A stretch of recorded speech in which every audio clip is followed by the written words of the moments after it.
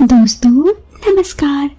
दोस्तों आज की मेरी कहानी का नाम है विश्वास करने की गलती। ये कहानी आपको कैसी लगी ये आप मुझे कमेंट बॉक्स पर बाद में कमेंट करके ज़रूर बताना।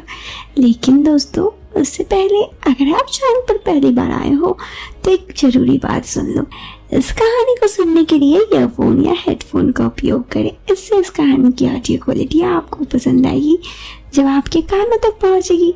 साथ ही दोस्तों मैं और एक बात कहूँ, दोस्तों आज की कहानी काफ़ी इंटरेस्टिंग है तो इस वीडियो को लास्ट तक देखना। मेरा नाम प्रियंका है और ये बात मेरी आज से करीब 6 महीने पहले की है जो मैं आप सबसे शेयर करने जा रही हूँ। दोस्तों मेरी शादी अभी 1 साल 2 महीने पहले हुई है। मैं अपने पति के साथ बहुत खुश थी। मेरे पति मेरे साथ घूमने जाते, मेरे साथ टाइम स्पेंड करते। उनका एक बहुत बड़ा सा कंपनी में मैनेजर है, इस वजह से उनकी सैलरी अच्छी है और हमें घर पर पैसों की कोई दिक्कत नहीं है। हाँ मेरी अरेंज मैरिज शादी हुई है, लेकिन ऐसा नहीं है कि मैंने घर वालों की मर्जी से सिर्फ शादी की है। मेरे घर वालों को जब ये रिश्ता लाए तो मुझे भी इस रिश्ते से कोई दिक्कत नहीं थी, इसीलिए मैंने शादी कर ली। और ऐसे ही समय के साथ साथ ज़िंदगी आगे बढ़ने लगी। मैं अपने पति से बहुत प्यार करती थी और मेरे पति भी मुझसे बहुत प्यार करते थे। लेकिन दोस्तों एक बात तो था, धीरे धीरे ये प्यार घटने लगा। करीब 1 महीने कुछ दिनों के बाद मेरे पति मुझके साथ टाइम स्पेंड अब नहीं करते थे। मुझे इन सब चीज़ों से बहुत बुरा लगता। वो कभी अपने दोस्तों के साथ चले जाते तो कभी ऑफिस से लेट आते। मैं बहुत ज़्यादा दुविधा में पड़ गई थी। मैं चाहती थी कि मैं लाइफ में अपने पति के साथ रहूं, लेकिन मेरे पति मेरे साथ टाइम ही नहीं देते। इस वजह से मुझे काफ़ी बुरा भी लगता। लेकिन एक लड़की क्या ही कर सकती है, अब आप ही बताइए। जब कोई पति टाइम ही ना दे, मैं भी कुछ खास नहीं कर पाती। बुरा तो मुझे भी काफ़ी लगता क्योंकि मेरे पति मुझ पर टाइम नहीं देते, लेकिन चाह के भी मैं कुछ नहीं कर पाती। ऐसे ही समय गुजरता रहा और मैं लाइफ में बहुत अकेले हो गई। मेरे पति का कुछ दिन से काफ़ी ज़रूरी काम चल रहा था, तो मेरे पति के ऑफिस के एक स्टाफ वो अक्सर मेरे घर आते। दोस्तों जब भी वो मुझे घर आते वो मेरे से बहुत अच्छे से बातें करते। मुझे उनसे बातें करना काफ़ी अच्छा लग रहा था। मैंने कई बार उनसे बातें की तो मुझे ऐसा लगा कि दिल में सुकून होता था। एक दिन उन्होंने मुझे पूछा कि आप इतने उदास क्यों रहती हैं। मैंने कहा मैं तो मुस्कुरा रही हूँ, तो आपको ऐसा क्यों लग रहा है कि मैं उदास हूँ।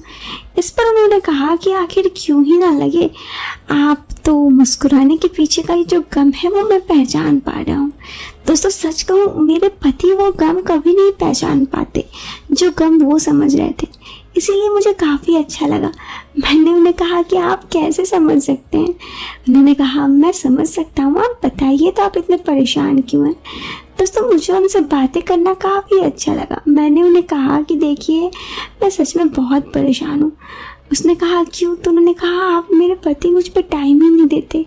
इस पर उन्होंने कहा कि अगर वो टाइम नहीं देते तो इतना तो नहीं कि मैं उनके लिए टाइम निकाल सकूं, लेकिन हाँ इतना ज़रूर है कि मैं आपको लाइफ में हमेशा टाइम देकर आपसे अच्छे से बात कर सकता हूँ। मुझे उनसे ये चीज़ें बातें करना काफ़ी अच्छा लगा और फिर धीरे धीरे मैं उनसे काफ़ी ज़्यादा क्लोज हो गई। एक दिन की बात है, उन्होंने मुझे कहा कि आई लव यू। मुझे कभी ऐसा नहीं लगा था कि कोई मुझे भी आई लव यू वगैरह कह सकता है। मैंने कहा मैं शादीशुदा हूँ, तो उन्होंने मुझे कहा मैंने मना किया है, आपको मैंने कुछ बोला है।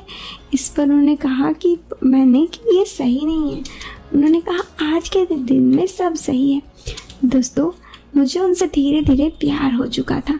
मैं उनसे प्यार करने लगी थी, लेकिन ये सब चीज़ें मैंने अपने पति को बिल्कुल नहीं बताई, क्योंकि मैं जानती थी कि मुझे अगर अपने पति को बताऊंगी तो मेरे पति को बिल्कुल अच्छा नहीं लगेगा।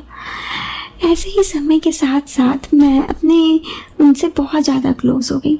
मुझे उनसे बातचीत करना, उनके साथ रहना काफ़ी अच्छा लगता, यानी कि मेरे पति के वो जो स्टाफ थे उनके साथ। और हम दोनों एक दूसरे के साथ बहुत सारा समय स्पेंड करने लगे।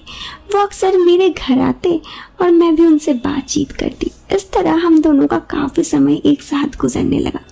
एक दिन मैंने उन्हें कहा कि क्या बात है, आपकी शादी नहीं हुई है? तो उन्होंने कहा क्यों? तो मैंने कहा आप मुझसे इतनी बातें करते हैं, किसी को पता चला तो कोई बुरा नहीं समझेगा? उन्होंने कहा कोई बुरा नहीं समझेगा। मैंने कहा आपकी शादी नहीं हुई, सच बताइए। तो मुझे पता चला कि उनकी शादी नहीं हुई थी। मैं उनसे बहुत ज़्यादा बातचीत करने लगी और बातों ही बातों में मैं उनसे प्यार कर बैठी थी। हम दोनों का प्यार का रिश्ता इस तरह हो गया था कि अब हर रोज़ हम दोनों को मिलना होता था।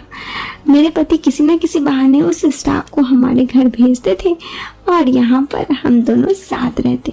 दोस्तों, ये चीज़ यही ख़त्म नहीं हुआ।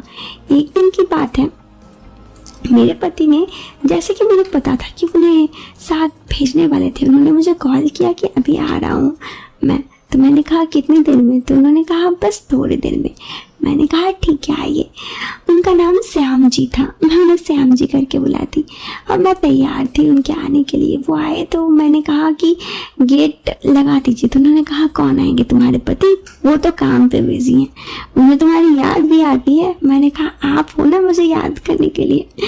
उनसे इस तरह की बातचीत हम दोनों की हुई। फिर एक दिन पे वो मुझसे बोले अच्छा एक बात कहूँ? मैंने कहा कि हाँ। तो उन्होंने कहा मुझे जाना है। मैं थोड़ा चिढ़ गई कि अभी आपको क्यों जाना है? तो उन्होंने कहा काम है बाबू। तो मैंने कहा ठीक है जाइए तब बाय। मेरे गुस्सा होने पर वो उन्होंने मुझे कहा कि गुस्सा क्यों हो रही हो, मैं आऊँगा ना फिर। उसके बाद वाले दिन उन्होंने मुझे कहा कि मैं आ रहा हूँ, ठीक है। मैं उस दिन काफ़ी एक्साइटेड थी, मैं उस दिन नहाई भी नहीं थी। तो जैसे ही वो आए उन्होंने कहा तुम आज नहाई नहीं? मैंने कहा नहीं। उनका फ़ोन, मेरा फ़ोन कमरे पे मैंने रख दिया था और उनका फ़ोन बज रहा था तो वो साइलेंट कर दिया क्योंकि किसी काम का नहीं, ऐसे ही आ रहा था। उन्होंने मुझे कहा कि तुम्हारे पति को आज आने देने का मन नहीं था, वो बोले कि ठीक है छोड़ दियो, आज मैं लेके आता हूँ, लेकिन मैं बहाना करके आया। तो मैंने कहा सच आप मेरे लिए इतना बहाना करके आए? मुझे बहुत अच्छा लगा। फिर हम दोनों बातचीत ही कर रहे थे और फिर हम दोनों बाथरूम गए। बाथरूम में मैं नहा के जैसे ही निकली, मैं हंसते हंसते निकली और तभी मेरे सामने मेरे पति खड़े थे। एक पल के लिए मैं चौंक गई कि मेरे पति कैसे हो सकते हैं। इस पर मतलब श्याम जी कहे क्या हुआ, चुप क्यों हो गई, पति आ गए क्या तुम्हारे? वो कैसे आएंगे, उन्हें थोड़ा ना पता है कि मैं यहाँ पर हूँ और हम दोनों क्या क्या कर रहे हैं। जब मैं कुछ नहीं बोली तो देख, थोड़ी देर बाद श्याम जी 1 मिनट बाद निकले और उन्होंने देखा मेरे पति चौंक गए। क्यों? मेरे पति असल में मुझे भी कई बार कॉल कर चुके थे और श्याम जी को भी, लेकिन हम दोनों ने फ़ोन नहीं रिसीव किया था, इसलिए वो घर आ गए क्योंकि उन्हें कुछ ज़रूरी फाइल लेना था। मैं कभी नहीं सोच सकती थी कि ऐसा कुछ होगा।